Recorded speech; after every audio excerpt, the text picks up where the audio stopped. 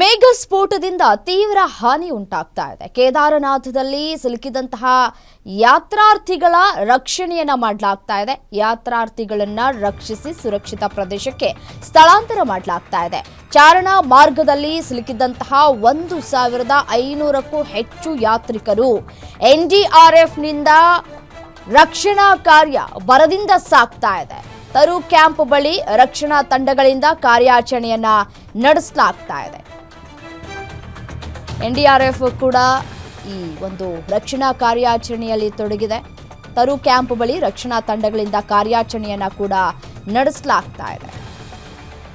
ಮೇಘ ಸ್ಫೋಟದಿಂದ ಸಾಕಷ್ಟು ಹಾನಿಯಾಗಿದೆ. ಈಗಾಗಲೇ ಕೇದಾರನಾಥದಲ್ಲಿ ಈ ಯಾತ್ರಾರ್ಥಿಗಳು ಪ್ರತಿ ವರ್ಷವೂ ಕೂಡ ಹೋಗ್ತಾರೆ.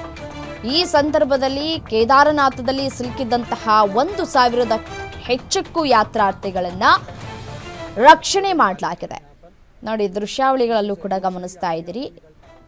ಯಾತ್ರಾರ್ಥಿಗಳು ಕೇದಾರನಾಥದಲ್ಲಿ ಸಿಲುಕಿಕೊಂಡಿದ್ದಂತಹ ಸಂದರ್ಭದಲ್ಲಿ ಅವರು ಕೂಡ ವಿಡಿಯೋವನ್ನ ಮಾಡಿ ಹರಿಬಿಟ್ಟಿದ್ದಾರೆ. ಸ್ಥಳದಲ್ಲಿ ಏನಾಗ್ತಾ ಇದೆ, ಯಾವ ರೀತಿಯಾದಂತಹ ಪರಿಸ್ಥಿತಿಯನ್ನು ಅವರು ಎದುರಿಸ್ತಾ ಇದ್ದಾರೆ. ನಿಜಕ್ಕೂ ನಾವೆಲ್ಲರೂ ಬದುಕಿ ಬಂದಿರೋದೇ ಹೆಚ್ಚು ಅನ್ನುವಂತಹ ಮಾತುಗಳನ್ನು ಆಡ್ತಾ ಇದ್ದಾರೆ. ಸಣ್ಣ ಪುಟ್ಟ ಮಕ್ಕಳುಗಳು ಕೂಡ ಹೋಗ್ತಾ ಇದ್ದಾರೆ.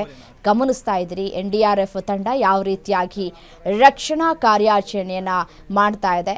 ಹಗ್ಗವನ್ನು ಹಾಕಿ ಅಲ್ಲಿ ಸಿಲುಕಿಕೊಂಡಿದ್ದವರ ರಕ್ಷಣೆ ಕಾರ್ಯಾಚರಣೆಯನ್ನು ಮಾಡಲಾಗ್ತಾ ಇದೆ. ಸೊ ಒಬ್ಬೊಬ್ಬರೇ ಬದುಕುಳಿದು ಬಂದವರು ಹೇಳ್ತಾ ಇದ್ದಾರೆ ಪರಿಸ್ಥಿತಿ ಯಾವ ರೀತಿಯಾಗಿ ಇತ್ತು. ಮತ್ತು ಎನ್ಡಿಆರ್ಎಫ್ ತಂಡಕ್ಕೂ ಕೂಡ ಧನ್ಯವಾದವನ್ನು ಅರ್ಪಿಸ್ತಾ ಇದ್ದಾರೆ. ಥ್ಯಾಂಕ್ಸ್ ಹೇಳ್ತಾ ಇದ್ದಾರೆ ರಕ್ಷಣೆ ಮಾಡಿದ್ದಕ್ಕಾಗಿ. ಮೇಘಸ್ಫೋಟದಿಂದಾಗಿ ಸಾಕಷ್ಟು ಹಾನಿಗೆ ಆಗ್ತಾ ಇದೆ ಸ್ಥಳದಲ್ಲಿ. ಈ ಯಾತ್ರಾರ್ಥಿಗಳು ಸಿಲುಕಿಕೊಂಡಿದ್ರು. 1,500ಕ್ಕೂ ಹೆಚ್ಚು ಯಾತ್ರಾರ್ಥಿಗಳು ಅಲ್ಲಿ ಸಿಲುಕಿ ಹಾಕ್ಕೊಂಡಿದ್ರು. ಅವರನ್ನು ಎನ್ಡಿಆರ್ಎಫ್ ತಂಡ ಹಗ್ಗವನ್ನು ಕಟ್ಟಿ ಯಾವುದೇ ರೀತಿಯಾದಂತಹ ತೊಂದರೆ ಆಗದಂಥ ರೀತಿಯಲ್ಲಿ ಅವರೆಲ್ಲರನ್ನೂ ಕೂಡ ಇದೀಗ ರಕ್ಷಣೆ ಮಾಡಲಾಗಿದೆ. ಇದೇನು ಸಣ್ಣ ಪುಟ್ಟ ಕಾರ್ಯಾಚರಣೆ ಅಂತೂ ಅಲ್ವೇ ಅಲ್ಲ. 1,500ಕ್ಕೂ ಹೆಚ್ಚು ಯಾತ್ರಾರ್ಥಿಗಳನ್ನು ರಕ್ಷಣೆ ಮಾಡೋದಿದೆಯಲ್ಲ, ಅದು ಬಹುದೊಡ್ಡ ಟಾಸ್ಕ್. ಮತ್ತು ಸಣ್ಣ ಪುಟ್ಟ ಮಕ್ಕಳಿದ್ದಾರೆ, ವಯಸ್ಸಾದವರು ಕೂಡ ಇದ್ದಾರೆ. ಅವರನ್ನು ಸುರಕ್ಷಿತ ಸ್ಥಳಕ್ಕೆ ಈಗಾಗಲೇ ರವಾನೆ ಮಾಡಲಾಗ್ತಾ ಇದೆ.